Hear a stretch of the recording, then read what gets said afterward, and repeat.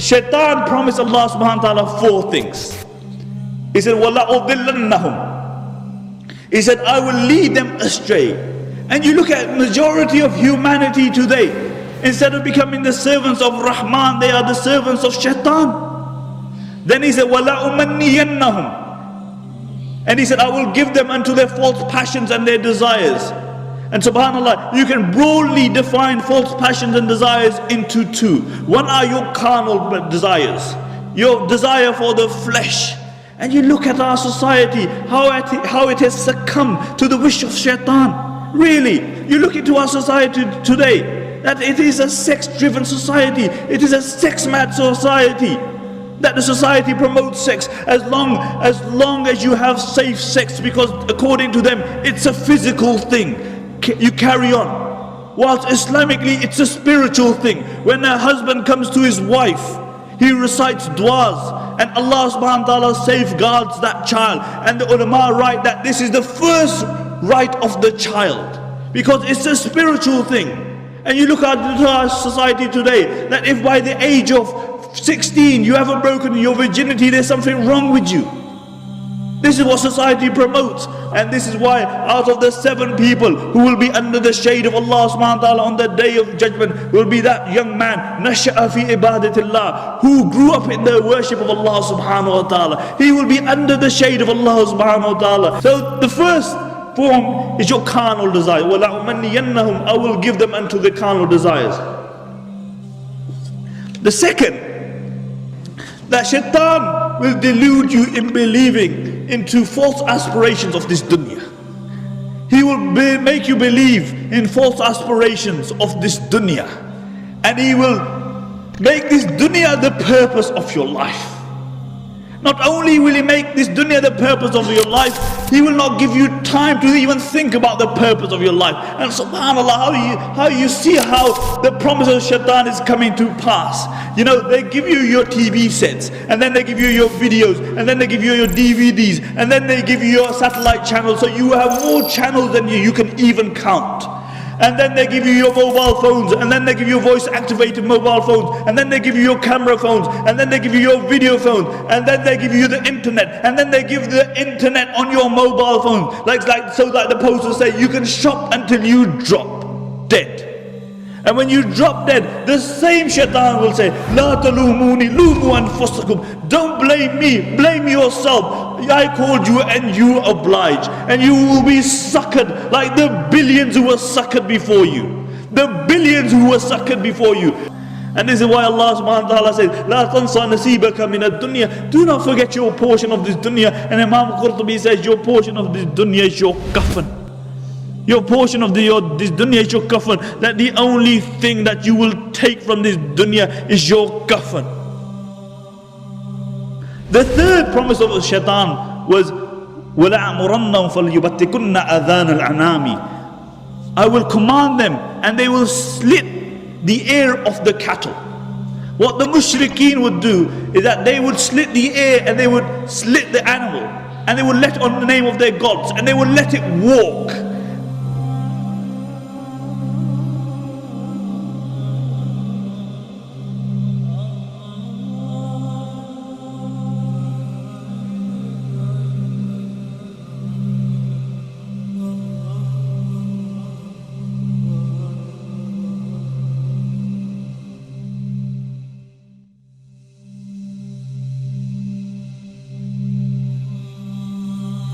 The author of Tafseer Mazri mentions that this means that a time will come where Shaitan will tell man to disfigure the creation of Allah subhanahu wa ta'ala. And you see this today, really. You look into our society, a consumer society, where they try to create chickens without feathers. They try to create chickens without feathers. Where recently in Switzerland they found a fruit fly, and from that fruit fly they found a gene which they dubbed eyeless. And when they noted that wherever they injected this gene, an eye would grow, and they injected this gene on 14 places of this dragon, on this fruit fly, and on 14 places on the anatomy of the fruit fly, eyes grew. See, this is man playing God, playing with the creation of Allah subhanahu wa ta'ala. But it doesn't stop there. You look at those who reach the pinnacle of success. Really, look at those people who reach the pinnacle of success. Those like Michael Jackson. You know, this guy was a good looking person a few years ago. But he reaches the pinnacle of success and then he's deluded by the dunya. He thinks that there must be some more contentment out there. But doesn't really realize that the only contentment is the contentment of the heart. The only time you can really have contentment is when you recognize your creator. And then what does he do? He starts playing around with his features. He starts disfiguring his features. And now you look the way, the guy doesn't even look like a human being. And the fourth promise of shaitan is وَلَأَعْمُرَنَّهُمْ فَلْيُغَيِّرُنَّ خَلْقَ اللَّهِ. I will command them and they will change the creation of Allah subhanahu wa ta'ala. Subhanallah. You know, the traditional interpretation for this verse was to shave the beard was to change the creation of Allah, because this was a sign of a man. To pluck the eyebrows was a sign of change, a sign of changing the creation of Allah subhanahu wa ta'ala. But because the book of Allah subhanahu wa ta'ala transcends time and space, it is relevant for all time, because it guides us until the final day. Today, it relates to your GM foods. This is changing the normal process, changing the creation of Allah subhanahu wa ta'ala. See, when they take the antifreeze gene from the Arctic fish and they inject it into your tomatoes so they have longer shelf lives, this is playing with the creation of Allah subhanahu wa ta'ala. Because believe it or not, fish don't have relationships with tomatoes. It doesn't work like that. This is GM food. You're playing with the creation of Allah subhanahu wa ta'ala. But worse than that is those who come on the TV set and they say, oh, I'm a man caged in the body of a woman. I'm a woman who's in the body of a man. And these are people who change the creation of Allah subhanahu wa ta'ala. And look, what could be a greater change in the creation of Allah subhanahu wa ta'ala? What could be a greater change in the creation of Allah subhanahu wa ta'ala? That a man transforms into a woman and a woman transforms into a man. And this was the fourth promise of shaitan. And you see it coming to pass today. What greater change could there be? That a man becomes a woman and a woman becomes a man.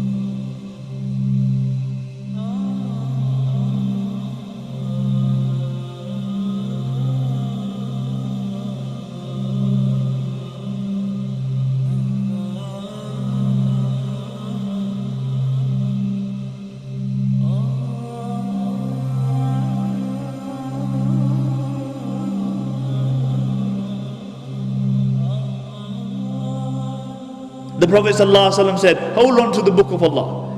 فِيهِ نَبَأُ مَنْ كَانَ قَبْلَكُمْ وَخَبْرُ مَا بَعْدُكُمْ وَحُكْمُ مَا بَيْنَكُمْ. And the book of Allah subhanahu wa ta'ala is a hukm between you. It is a thing which passes verdict between you. هُوَ الْفَصْلِ لَيْسَ بِالْحَصْلِ.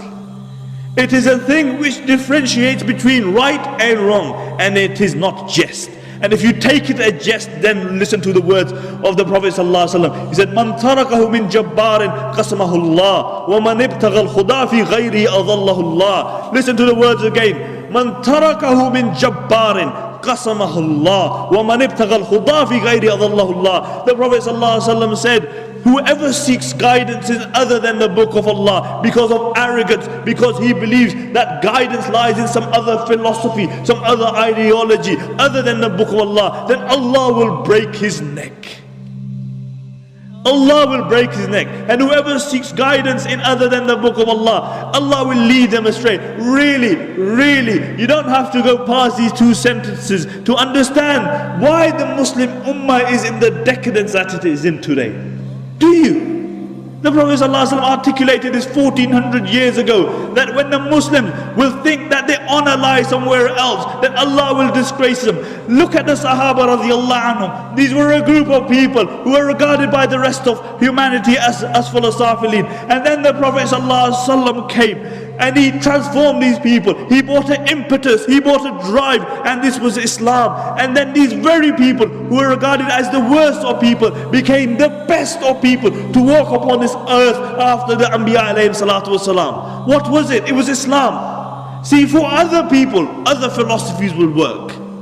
For other people, other ideologies will work. But for the Muslims, nothing besides Islam will work. Because this is ummah regarding what the Prophet Allah subhanahu wa ta'ala articulates in the Quran. كُنْتُمْ خَيْرَ أُمَّةٍ أُخْرِجَتْ لِلنَّاسِ تَأْمَرُونَ بِالْمَعْرُوفِ وَتَنْهَوْنَ عَنِ الْمُنْكَرِ. That you are the best of creation. You are taken out for mankind. Now, if you think that your Izzah lies in some other philosophy and ideology, you're deluded. The only time the Muslims had respect were when they held on to the deen of Allah subhanahu wa ta'ala. Look at history. And then when they turned away from the deen of Allah subhanahu wa ta'ala, Allah turned away from them. And this is why we find ourselves in the decadence that we do today. Look at the state of the Muslims. And until we realize that the problem that we have today is because we have turned away from Allah subhanahu wa ta'ala, and we go back to the Quran and the Sunnah, we go back to the words of the Prophet sallallahu alaihi wasallam and find our remedy. But the problem is that we look for remedies everywhere else other than where we should. And this is why we're in a sick state. Aren't we sick today? Aren't the minds of the youth confused? What should we hold on to? Aren't the hearts sick? Because society has many impulses. It will tell you, pull you in many directions. And then the more direction you go, the more confused you will be. Because we are pulled in so many directions. The minds are sick. The hearts are sick. The brains are confused. And the only thing which remedies seasickness is what? That when you come up to the top deck and you look at something which is totally straight, like the horizon, then all the confusion is removed. And similarly, there is only one guidance for us. And Allah subhanahu wa ta'ala states this in the beginning of Surah Qaf. He says, Alhamdulillahi allazi anzala ala abdi al-kitaba wa lam yaj'al lahu iwaja. All praise be to Allah subhanahu wa ta'ala, who has revealed on the Prophet sallallahu alaihi wasallam, his servant, a book, and he has left no crookedness in